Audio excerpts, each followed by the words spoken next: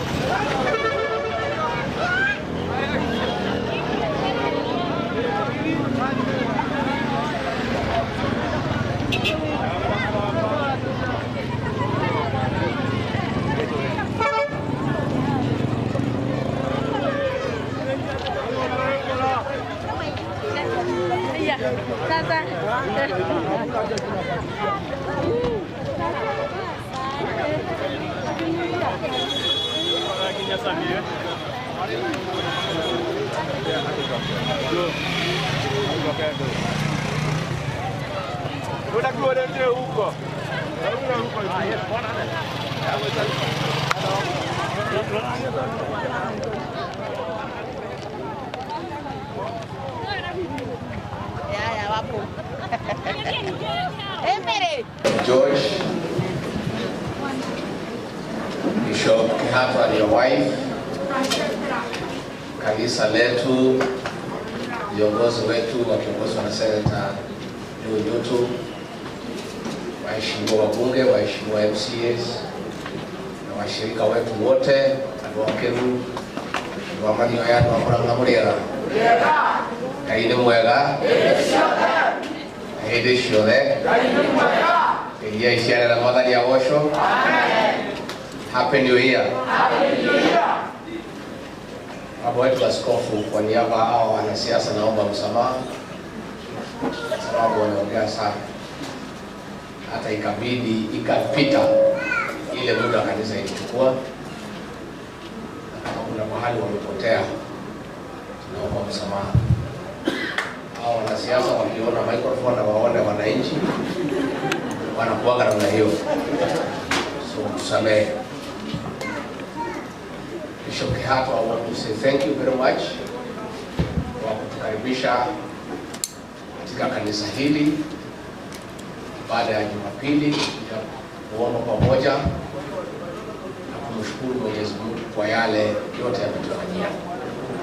Mimi na mke wangu tumeshukuru sana. This is a great church. Hata kama ni ya mabati, ile roho iko hapa iko sawa sawa. Na usijali hata kama ni ya mabati, that is the beginning. Kwa sababu sasa mmenunua kiwanja, nasema pongezi. Sasa kazi imebaki ya kujenga nyumba ya kifahari kujengea Bwana. Na hiyo safari tutatembea pamoja. In whichever way taanza kusupport wewe, na maybe tukikaka Senator Yutu atupange atuite hapa harambee kubwa tukuje tuchange pesa ya kujenga kanisa hili, kwa sababu niliona mlinunua kiwanja na hata kupanga kuchora. Nitatoa zawadi kidogo ya kuanza ile kazi iko, shilingi 3,000. Bishop ndio hii, tuanze naye. You can start us. Nyote watakupanga tukuje, hii ni 300,000, tuanze ile kazi ambayo tena mono praise and worship. Watu ni waina ya mono na faida hapo na hivi na nitwakena. Na ndo amagi ya ndio mwendete na ndio mono ndio kwa tukaribisha. Na nitwakena mono na tulika ndio kaka kaidi. Ndio kana ke ndikuba kule hapo nyoro mwa ile ka. Ndio kule tukuma direba kwa nyoro from December. Na koleto ya mukiradu kuma gitaro kia Mount Kenya na kuingi onge mathikiriria nigetha tuhange nyumba ino itu na tugwikara nigetha muthenya ungi tutigekore irima rira turi na koguo ni njoete maundu maingi muno. Nilikuwa nimeahidi ya kwamba by January 31st nitakuwa nimesanya maoni ya watu wetu na vile wataniambia nitoe mwelekeo yetu ya kisiasa kuendelea mbele. Natoka kuomba msamaha, nimechelewa kidogo kwa sababu maoni yamekuwa mengi sana, na nilikuwa nafikiria ni watu ya Mulima peke yake watakuja, watu ya Masai wakakuja, watu ya Kisii wakakuja, watu ya kwa Nyanza wakakuja, watu ya Western wakakuja. Nikaona hatutaki tuwafungie nje. Ama ungetaka tuwafungie? So tukaona tuchukue maoni kwa kila mtu, na bado ninaendelea. Kwa hivyo nimechelewa kidogo, lakini tarehe 9 Sunday coming ndio nitakuwa na nafasi nitoe ile interim report ya yale maoni nimepata, ile interim on Sunday jioni. Kwa maredio zetu zote ndio nimweleze vile watu wameniambia hii, wanataka tupange namna hii, nitoe interim report, alafu niendelee kusikiza maoni ya kila mtu. Si ni mzuri kusikiza maoni? Na tena hatutaki kukimbilia kwa sababu hatutaki kufanya makosa. Wewe kama hitiati uluwe kate. I am very careful. I am very, very, very careful. We made many mistakes. Tulienda harusi na gari ya mtu mwingine, si ndio? Kufika kwa mtu akakwambia tushuke. Tulienda kwa serikali bila mkataba. Tulienda kuaminiana. Tulienda kwa serikali kwa misingi ya Ukristo. Tukaamini William Ruto kwa sababu ni Mkristo, tukafikiria yeye ni Bwana. Sasa we cannot make the mistakes that we made. So I have to be very, very careful. Ndio nichukue maoni, tupange vizuri, ndio tukitoa mwelekeo, we don't make a mistake. So on Sunday the 9th of this month, I will release the interim report of what our people have told me on the direction that we need to take, and from there tutatembea pamoja. Mimi niseme ya kwamba watu ya Mathioya ni wakulima ya majani chai na kahawa. Hii ya watu hapa Murang'a. Na nikiwa pale ofisini nilifanya kazi mingi sana ya mabadiliko katika sekta ya majani chai na kahawa. Nataka kuuliza wale wako kwa serikali sasa, to build on what we did. Kuna pesa nilisukuma shilingi bilioni 7 ya kulipia watu madeni ya kahawa. Hiyo pesa haijaachiliwa. Please, sukumeni hiyo pesa iachiliwe, tulipie watu wetu madeni. Kuna mabadiliko tulifanya pale kwa chai, kuimplement yale ambayo tulikubaliana. Kuna kazi tulianzisha ya kupigana na pombe haramu. Nilipigana na pombe haramu tukiwa na huyu mke wangu, na tukamaliza pombe haramu. Bomba zikasimama, watoto wakarudi, watoto wakaanza kuzaliwa. Tangu watufukuza kwa kazi, pombe imerudi haijarudi? Si imerudi? Inaua watoto wetu. So wale wanauliza kazi tulifanya, please, tulimaliza pombe, umerudisha. Na umerudisha hii pombe ndio watoto wetu wakufa. Tunataka kuuliza nyinyi mkuwe na huruma kwa watoto wetu. Have some sympathy and empathy for our young people and don't allow these killer bulls to come back. That is a program we had worked on very successfully, and all of a sudden imeachiliwa, imekufa. Sisi tunasema tuko na kazi nyingi sana ya kufanya, na mimi nataka niseme we have a big problem why the economy is not thriving. It is because payslip was raided. Wafanyikazi wote wako na payslip have been neutered. They have no purchasing power. And the new administration we are working on, our first responsibility will be to rescue the payslip. It will be to restore the dignity of the payslip and the payslip holders. So mimi nataka kuuliza wafanyikazi wote wale wako na payslip, both in the public and the private sector, much as you are suffering, much as you are having a difficult time, iko matumaini mbele. We are going to deal with this situation politically so that tuunde serikali ambaye it will restore the dignity of the payslip. Zile kodi kama hii ya affordable housing tuitupilie mbali, turudishie mfanyikazi hiyo pesa yake akajenga nyumba yake kwa nafasi yake. It is not the work of government to put up houses for people. Kazi ya serikali ni barabara, maji, stima, usalama, madawa hospitalini na masomo. Hii mambo ya kujenga nyumba, kila mtu anajenga nyumba yake kwa nafasi yake. Kaijua mtigo yake na nyumba yake. Na Mungu ndio hali yake kati.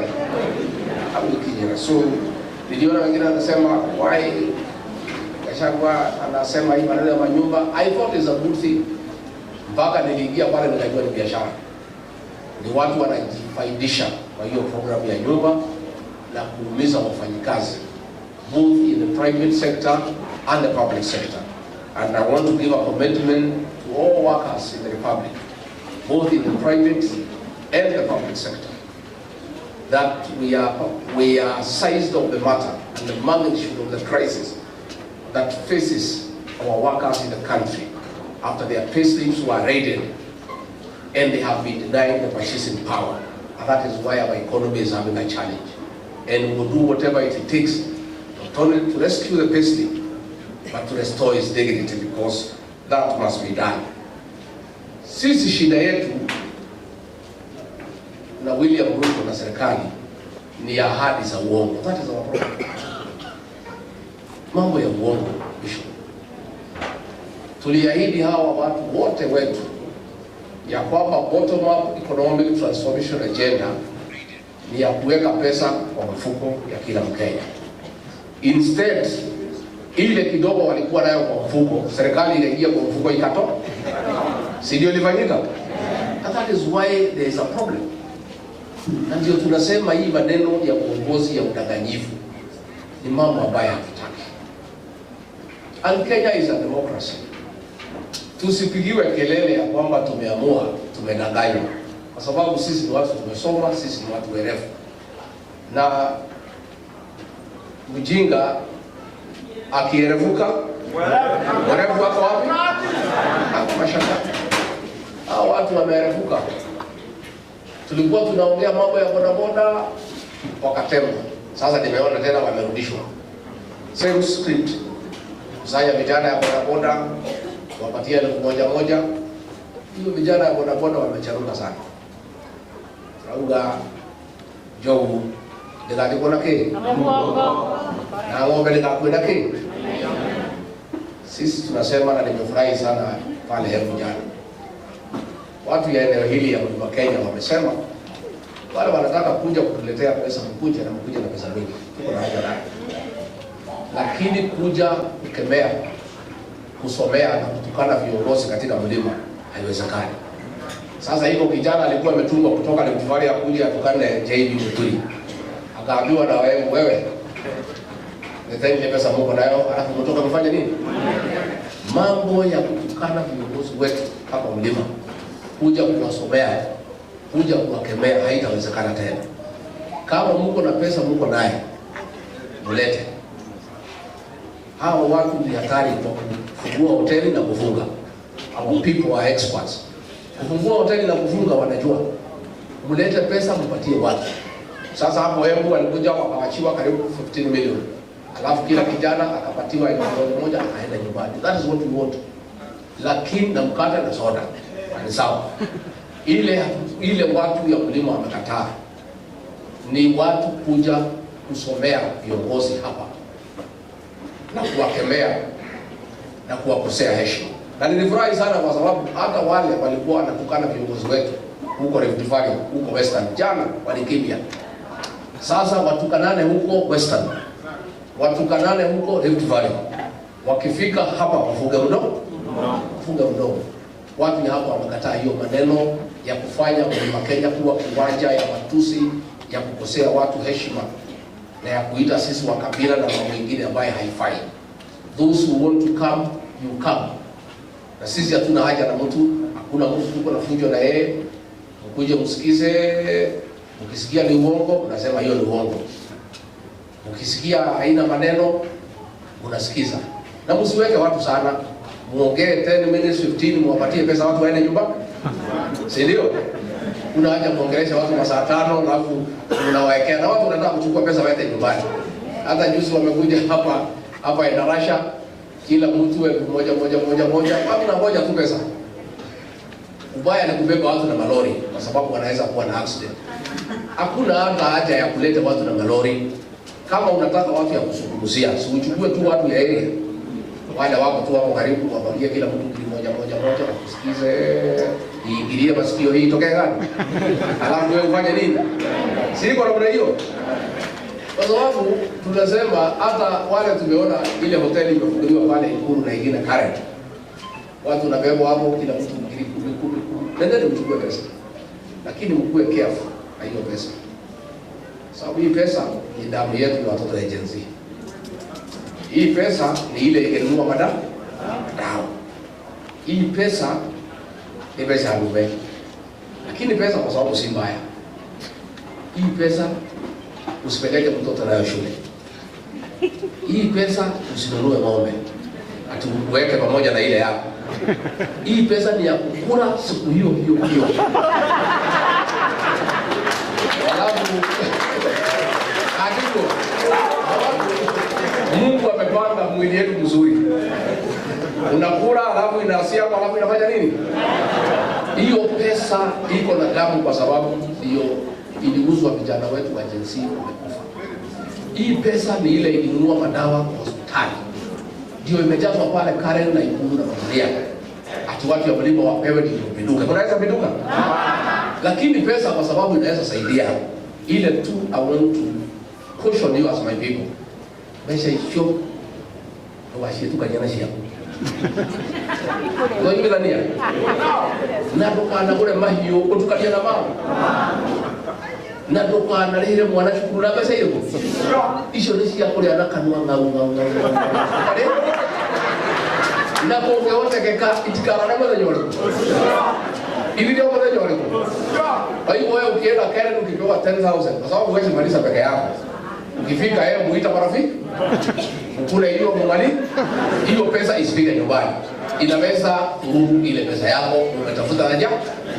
Na it is unfortunate that the government has diverted public funds meant for our hospitals, meant for our women, wale akina mama, meant for capitation ya kuhonga watu ya Mount Kenya tuwarudi wa president na ile mtu yake aliweka kwa kazi. All that is taking place in State House in Karen is bribery. It's a sin of crime. It's a sin of crime. And these are public funds. But we are saying because we have problems, tuko na shida ya pesa. Hatuwezi waambia watu wetu wasichukue pesa tutakosana na hawa. All I have done is to push on you how to use that money. Isho nisi ya kuliona kanua tauta. Nono kayo kana ke. ono ko mutimia ku ndio mwendete ndukamukinyiria mucii umwire mucemania buro oeha uguo ahũthĩre mbeca hau kĩ no ũngĩkorwo na thirĩ wa mũndũ mũtatwaranaga wega nake mũrĩgana mbeca